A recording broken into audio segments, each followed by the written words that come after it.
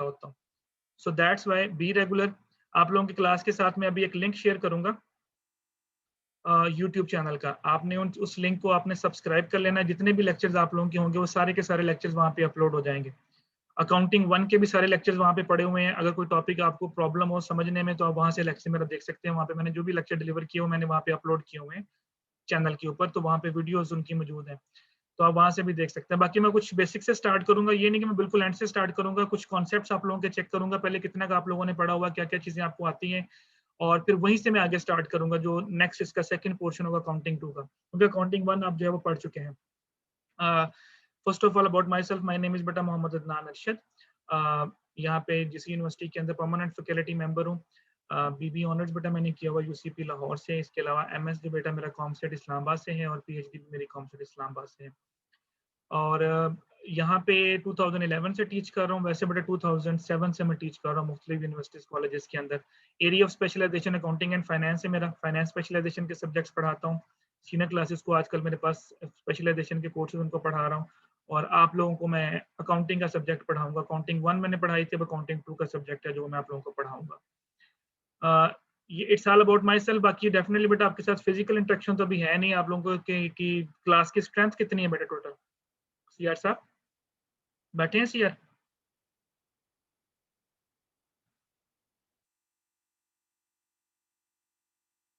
Class में CR साहब बैठे हैं बेटा? यस और नो में आंसर तो दें मुझे। No sir. No sir. Message तो वैसे कर रहा था जब भी थोड़ी देर पहले, जैसे पता नहीं क्या हो गया, क्लास में हुई तो पता नहीं क्या हो जाना है। तो अभी तक आया क्यों नहीं, वो एंटर क्यों नहीं हुआ? सर वो अभी है था, उसके बाद वो लीव, शायद उससे नेट प्रॉब्लम आ गई थी तो लीव हो गई। और क्लास में ये कोई आ गया जीआर भी है आपकी, या सिर्फ सीआर ही थे? ऑल इन ऑल है क्लास में बेटा? सर कोई आ जीआर गया। भी है? कोई जीआर भी है क्लास में कि नहीं? नो जी सर। सर है। कौन है बेटा?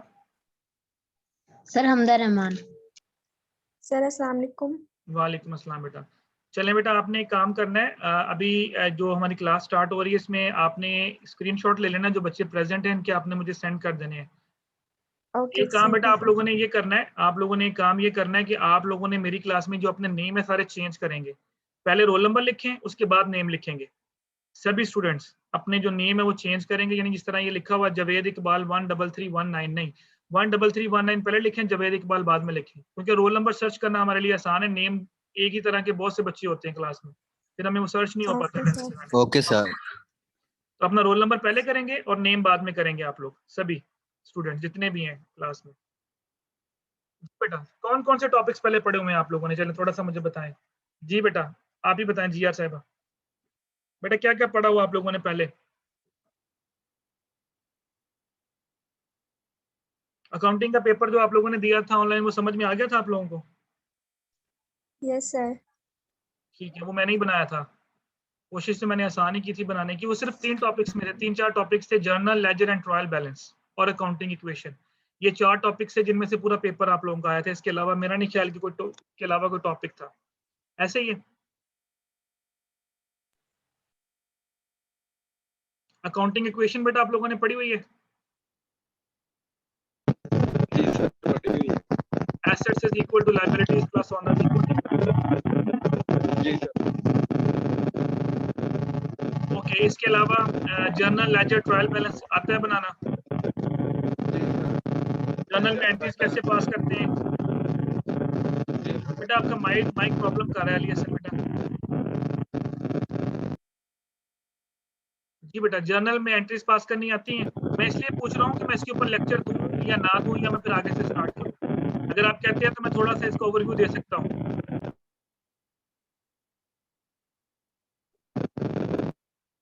सर एक बार ओवरव्यू दे दें।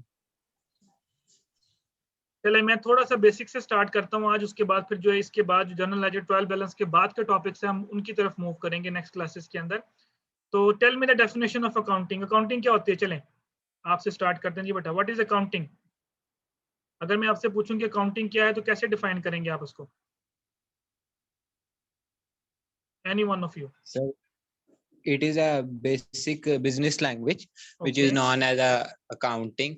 और इसमें हम पढ़ते हैं कि आप किस तरह जो है वो एक आपने देखना होता है हिसाब किताब के कैसे आपके जो बिजनेस में पैसे आ रहे हैं या चीजें आ रही हैं, और कैसे आपने जो है वो नेक्स्ट उसमें उनको सब डिविजन्स में डिवाइड किया, और कैसे आपने उनका सारा जो है ना वो हिसाब किताब तकरीबन इसी में रखना होता है।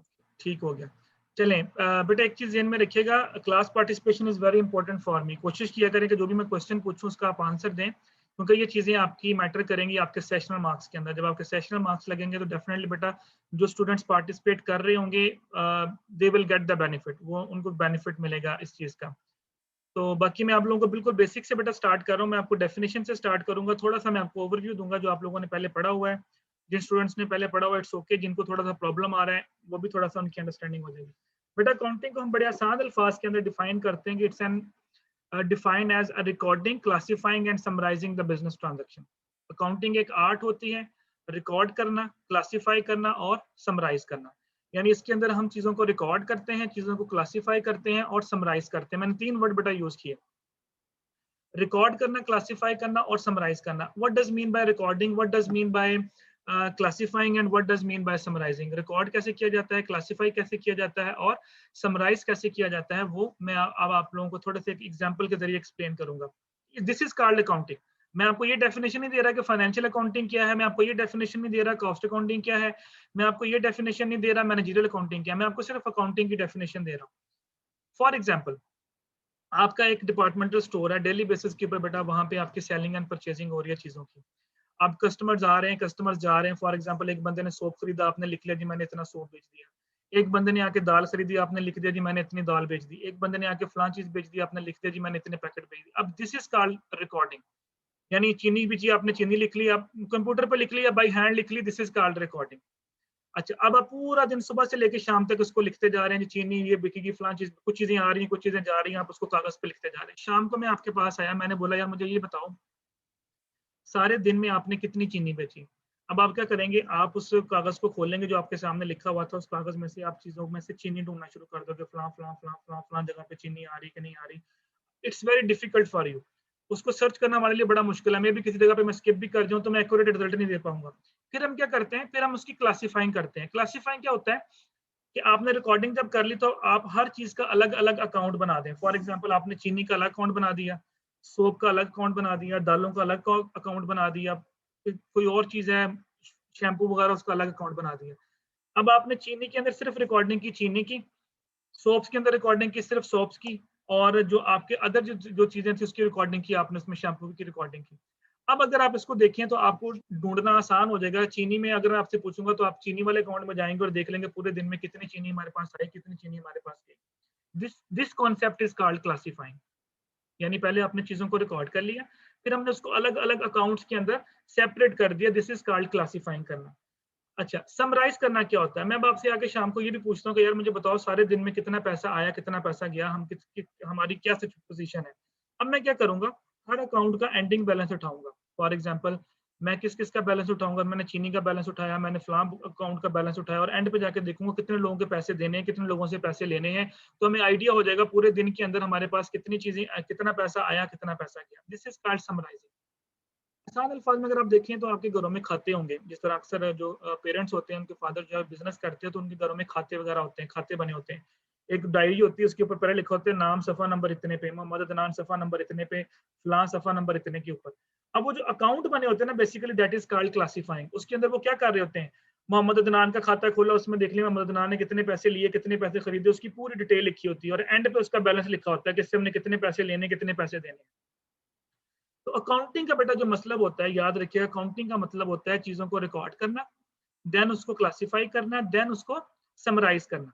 यानी recording, classifying and summarizing is the definition of accounting. Recording मैंने के लिए आप लोगों ने जर्नल पढ़ा होगा, क्लासिफाइंग के लिए आप लोगों ने लेजर पढ़ा होगा, और समराइजिंग के लिए आप लोगों ने ट्रायल बैलेंस का वर्ड पढ़ा होगा। ये 3 वर्ड्स आपने सुने होंगे। तो बेसिकली ये तीनों चीजें बनाना, दैट इज कॉल्ड अकाउंटिंग। मैं आपको ये नहीं कह रहा कि फाइनेंशियल अकाउंटिंग क्या है, कॉस्ट अकाउंटिंग, मैं सिर्फ आपको अकाउंटिंग की डेफिनेशन दे रहा हूँ। आप बैंक के पास जाते हैं, आप बैंक से कहते हैं जी मुझे मेरे अकाउंट की स्टेटमेंट दे दें, आप अकाउंट नंबर देते हैं तो बैंक आपको स्पेसिफिक आपके अकाउंट की स्टेटमेंट दे देता है। अब बैंक में तो हजारों अकाउंट्स होते हैं, लेकिन कभी ऐसा नहीं हुआ कि उनके जो अकाउंट्स है वो जो है वो आपस में जो है वो मिक्सअप होते हो। क्यों? क्योंकि हर एक का एक यूनिक कोड होता है। इसी तरह बेटा जो खाते होते हैं, जो क्लासिफाइंग किया होता है, हर एक का अलग अलग अकाउंट होता है। उस अकाउंट में उस चीज के पर्टिकुलर चीज के बारे में सारी की सारी इंफॉर्मेशन होती है। मिस्टर अदनान का अकाउंट होगा तो सारी मिस्टर अदनान के बारे में इंफॉर्मेशन होगी। This concept is called accounting. अब आप कहते हैं कि सर हमारा टॉपिक तो है फाइनेंशियल अकाउंटिंग। अब सुनिएगा डेफिनेशन, रिकॉर्ड करना, क्लासिफाई करना, समराइज करना and prepare the financial statement is called financial accounting, and prepare the cost statement is called cost accounting, and prepare the tax statement is called tax accounting, and prepare the management statement is called management accounting, and so on. hundreds of branches of accounting भी हो तो definition बेटा यही रहनी है। Ending की जो statements आप बनाएंगे उन स्टेटमेंट्स की बेस के ऊपर आपकी अकाउंटिंग की डेफिनेशन बनेगी। अगर आप फाइनेंशियल अकाउंटिंग आप पढ़ रहे हैं, जिस तरह आपने फाइनेंशियल अकाउंटिंग 1 पढ़ा था उसके अंदर फर्स्ट सेमेस्टर के अंदर, तो उसमें क्या किया था, रिकॉर्ड करना, क्लासिफाई करना, समराइज करना और prepare the financial statement is called financial. This is the definition of financial accounting. यहाँ तक कोई प्रॉब्लम बेटा किसी बच्चे को डेफिनेशन की अंडरस्टैंडिंग में? No sir. अच्छा, अब financial no sir, statement clear no हो सर। गया। क्लियर हो गया? ओके। अब आते हैं फाइनेंशियल स्टेटमेंट्स के ऊपर। थोड़ा सा अब इसके बारे में भी मैं आपको बताऊं क्योंकि हमारी फाइनेंशियल अकाउंटिंग है, इसलिए आपको इसके बारे में पता होना चाहिए। फाइनेंशियल स्टेटमेंट के अंदर हम 2 किस्म के स्टेटमेंट्स बनाते हैं, जो कि आपने सुना होगा, एक बैलेंस शीट के नाम से और एक होती है बेटा आपके पास इनकम स्टेटमेंट के नाम से।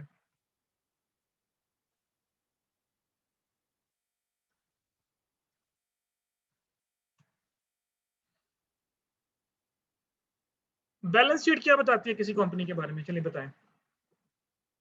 आप लोगों ने पढ़ा हुआ है अकाउंटिंग 1। बैलेंस शीट क्या बताती है किसी चीज के बारे में?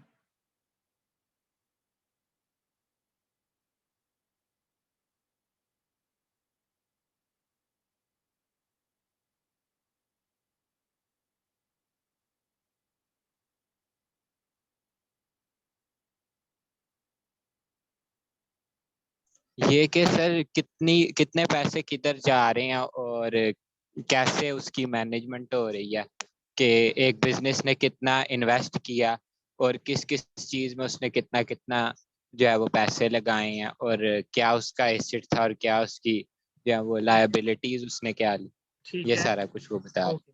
2 चीजें बेटा मैंने यहाँ पे लिखी हैं। जो बैलेंस शीट होती है बेटा वो किसी भी कंपनी की फाइनेंशियल पोजीशन को बताएगी, और जो इनकम स्टेटमेंट होती है वो किसी भी चीज की फाइनेंशियल परफॉर्मेंस को बताएगी। याद रखिएगा, पोजीशन एंड परफॉर्मेंस में बेटा फर्क होता है।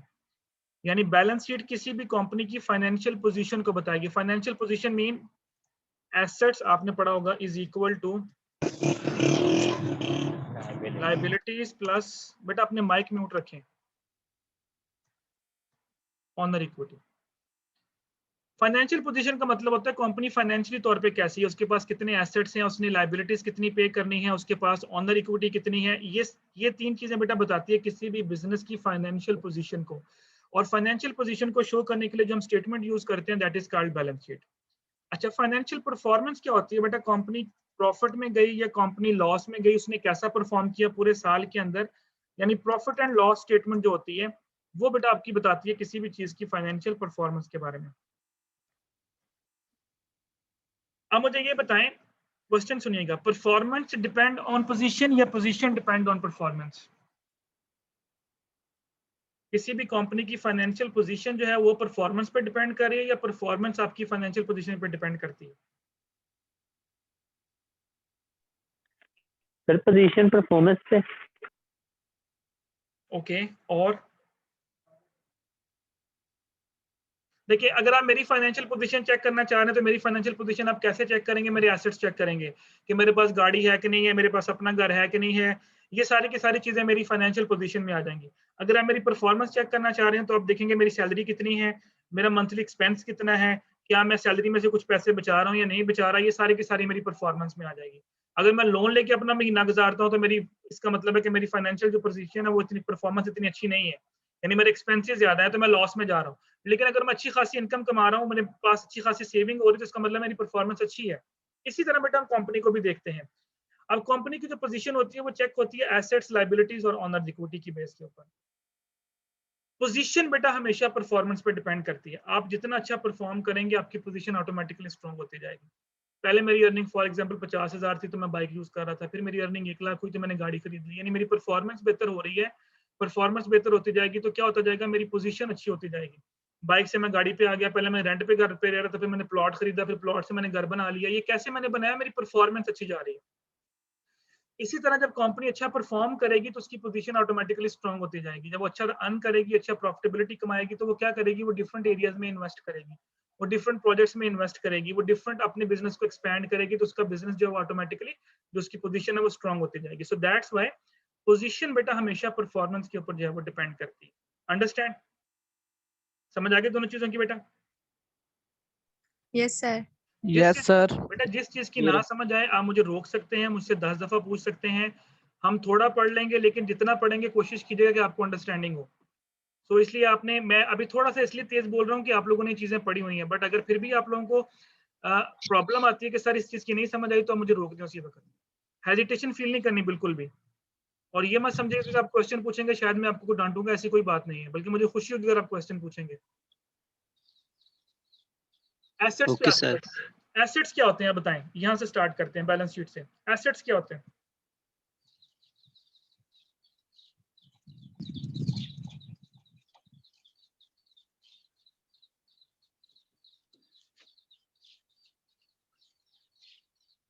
क्या होते हैं बेटा एसेट्स? जो भी आपने पढ़ा हुआ, आपने एग्जांपल्स तो पढ़ी होंगी ना एसेट्स की। लैंड हो गया, बिल्डिंग हो सर गया, ऐसे रिसोर्सेज जिसे हम कैश में कन्वर्ट कर सकते हैं। ओके ऐसे रिसोर्सेज जिसे हम कैश में कन्वर्ट कर ओके। सकते हैं, उनको एसेट्स कहते हैं। अली हसन बेटा आपका माइक खराब है, मुझे लग रहा है आपकी आवाज में बहुत। ऐसी तमाम अशिया जो कारोबार की मिलती है और कारोबार में मुनाफा कमाने के लिए इस्तेमाल होती है, उन्हें हम एसेट्स कहते हैं। बिल्कुल बेटा, anything which is owned by the business. हर वो चीज बेटा जो बिजनेस की मलकियत होगी वो उसका एसेट कहलाएगी। हर वो चीज जो बिजनेस की मलकियत होगी, anything which is owned by the business is called its assets. जो भी आपकी मलकियत में है वो आपके एसेट्स है। एसेट्स को हम दो हिस्सों में डिवाइड करते हैं, एक होते हैं करंट एसेट्स और एक होते हैं बेटा आपके फिक्स एसेट्स। करंट एसेट्स क्या होते हैं बेटा? ऐसे एसेट्स जिनको company with in 1 year consume करती है, यानी 1 साल या 1 साल से के अंदर अंदर हर वो एसेट जिसको आप यूज करोगे 1 साल या 1 साल के अंदर अंदर, उसको हम बोलेंगे करंट एसेट्स। इनको शॉर्ट टर्म एसेट्स भी कहते हैं। For example cash, for example inventory, for example account receivables. ये मैं कुछ एसेट्स के नाम बोल रहा हूँ, ये वो एसेट्स हैं जो आपके करंट एसेट्स में आते हैं। हर वो एसेट जो 1 साल के अंदर अंदर कंज्यूम हो जाएगा बेटा, वो आपका करंट एसेट कहलाएगा। फिक्स एसेट बेटा वो एसेट्स होंगे जिनको आप मोर देन 1 ईयर के लिए कंज्यूम करेंगे। हर वो एसेट जो 1 साल से ज्यादा अरसे के लिए यूज होगा, that is called fix asset. ठीक हो गया इसमें? जी जवेद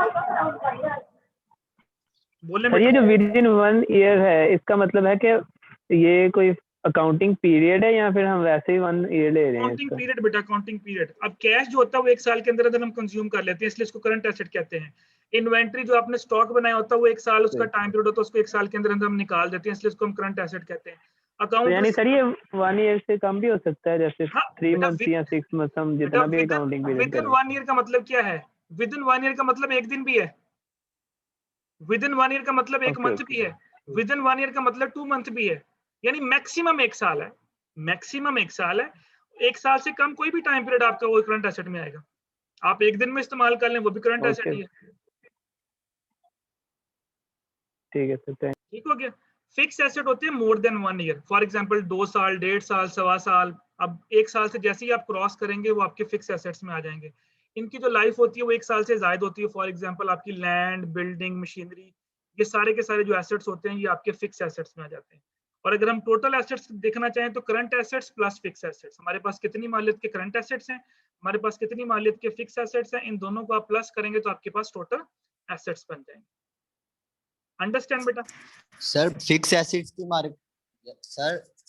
एसेट हमारे पास इनकी लिमिट कितनी होती है?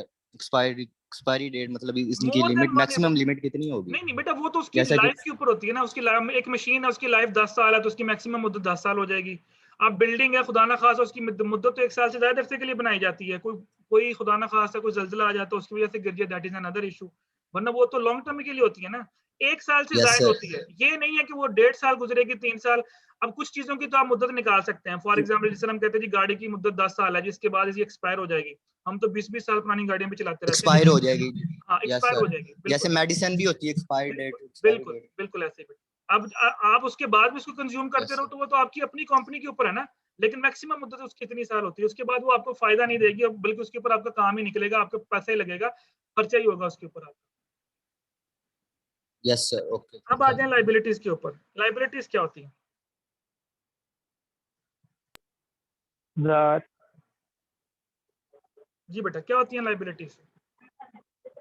जो उधार, सर लोन उधार लिए वगैरह गए होंगे, लोन वगैरह। Anything which is payable by the business. बेटा हर वो चीज जो बिजनेस के जिम्मे पेएबल है वो उसकी लाइबिलिटी है। Anything payable by the business that is called liability. वो मतलब जिसे आपने उधार की बात की वो सारे का सारा भी उसी में आ जाएगा। इसी तरह बेटा इसकी भी 2 टाइप्स होती हैं, एक होती है आपकी करंट लाइबिलिटीज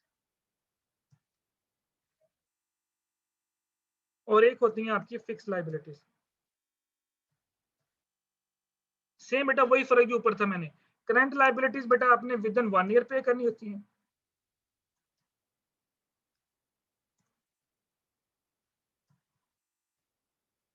और जो फिक्स होती है बेटा वो आपकी मोर देन 1 ईयर में। यानी आप इसको शॉर्ट टर्म लोन और लॉन्ग टर्म लोन भी कह सकते हैं। यानी शॉर्ट टर्म लोन के आपने 1 साल के अंदर अंदर वापस करना है, और लॉन्ग टर्म लोन जो आपने 1 साल से ज्यादा अरसे में वापस करना है। अंडरस्टैंड बेटा? तो current liabilities mean with in 1 year. For example आपने 6 माह के लिए लोन लिया, 3 माह के लिए लोन लिया, वो आपकी करंट लाइबिलिटीज। इसमें बेटा मोस्टली फेवरेट एग्जांपल आपकी आ जाएगी अकाउंट्स पेएबल। वो जो आपने उधार पे चीजें उठाई होती हैं, अक्सर आपने अकाउंट्स पेएबल का वर्ड सुना होगा ट्रांजैक्शंस के अंदर। For example purchase goods from mister Ali on credit, वो आपके अकाउंट्स पेएबल में आ जाते हैं, तो वो करंट लाइबिलिटी में आएगा। फिक्स लाइबिलिटीज बेटा जो मोर देन 1 ईयर, आपने 5 साल के लिए लोन ले लिया, 2 साल के लिए लोन ले लिया, 3 साल के लिए लोन ले लिया, तो वो आपकी फिक्स लाइबिलिटी में आएगा। और इन दोनों को प्लस करेंगे तो आपके पास टोटल लाइबिलिटीज आ जाएंगी। यानी total liabilities is equal to current liabilities plus fix liabilities. Owner equity क्या होती है? ओनर का बिजनेस में हिस्सा। जी बेटा, start of the invest business जो पैसा बिजनेस में ऑनर लगाता है that is called owners equity. इसको हम कैपिटल भी बोलते हैं। तो ऑनर पैसा लगा सकता है, उसने कोई जमीन दे दी, उसने कोई मशीनरी दे दी, तो स्टार्ट ऑफ द बिजनेस के अंदर जो पैसा लगता है उसको हम बोलते हैं कैपिटल या ओनर्स इक्विटी। नो डाउट बेटा जो भी बिजनेस के अंदर पैसा होता है वो सारा होता तो ओनर का ही है, लेकिन स्पेसिफिक वो पैसा जो स्टार्ट ऑफ द बिजनेस के अंदर जो बिजनेस में हम पैसा लगाता है ओनर, उसको हम कैपिटल या ओनर्स इक्विटी कहते हैं। आपने बेटा ये पढ़ा होगा एसेट्स। एक सेकंड बेटा जरा होल्ड कीजिएगा।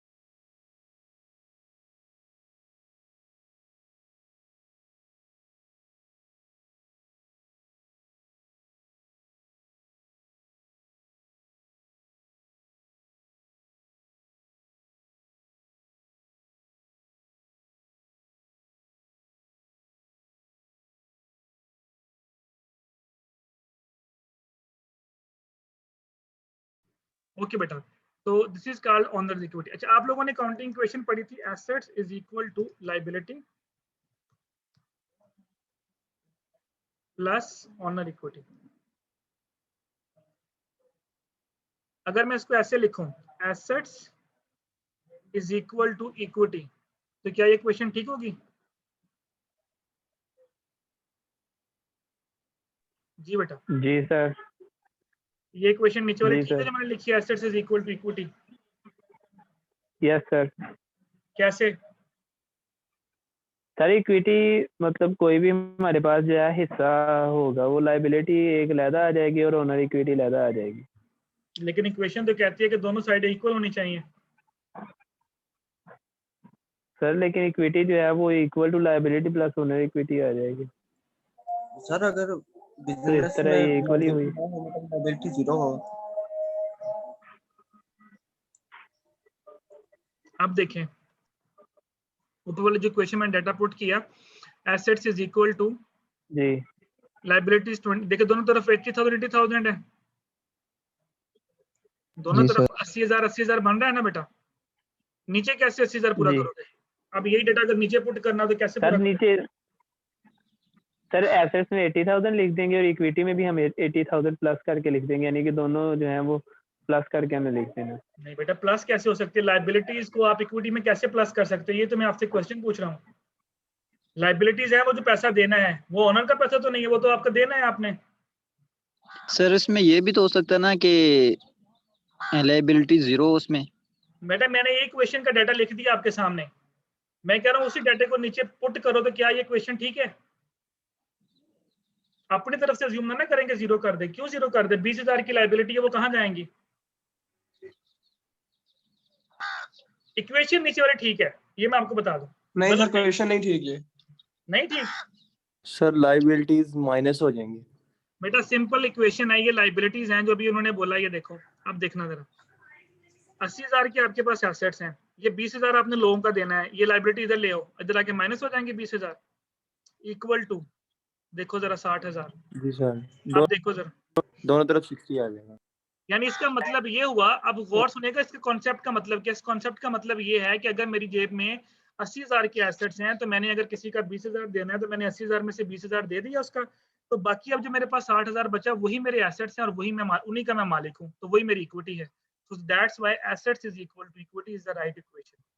कि जब आप लोगों का पैसा वापस कर देते हैं तो बाकी जो चीज बचती है वही आपके एसेट्स हैं और वही आपकी इक्विटी है। यानी वो मालिक का ही पैसा है ना, तो मालिक ही आप हैं, और बाकी चीजें आपने पे कर दी, तो बाकी जो चीज बच गई वो आपकी है।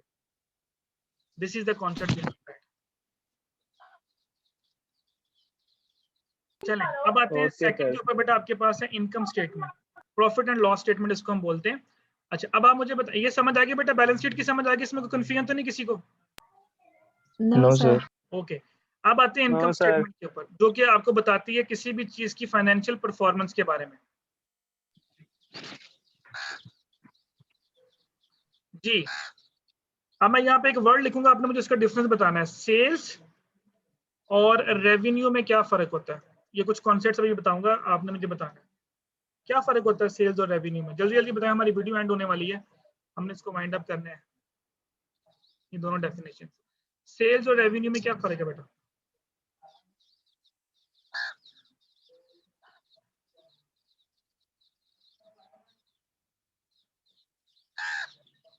ये स्लाइड्स आपको शो हो रही है ना? Yes sir. जी बताएं, सेल्स और रेवेन्यू में क्या फर्क है?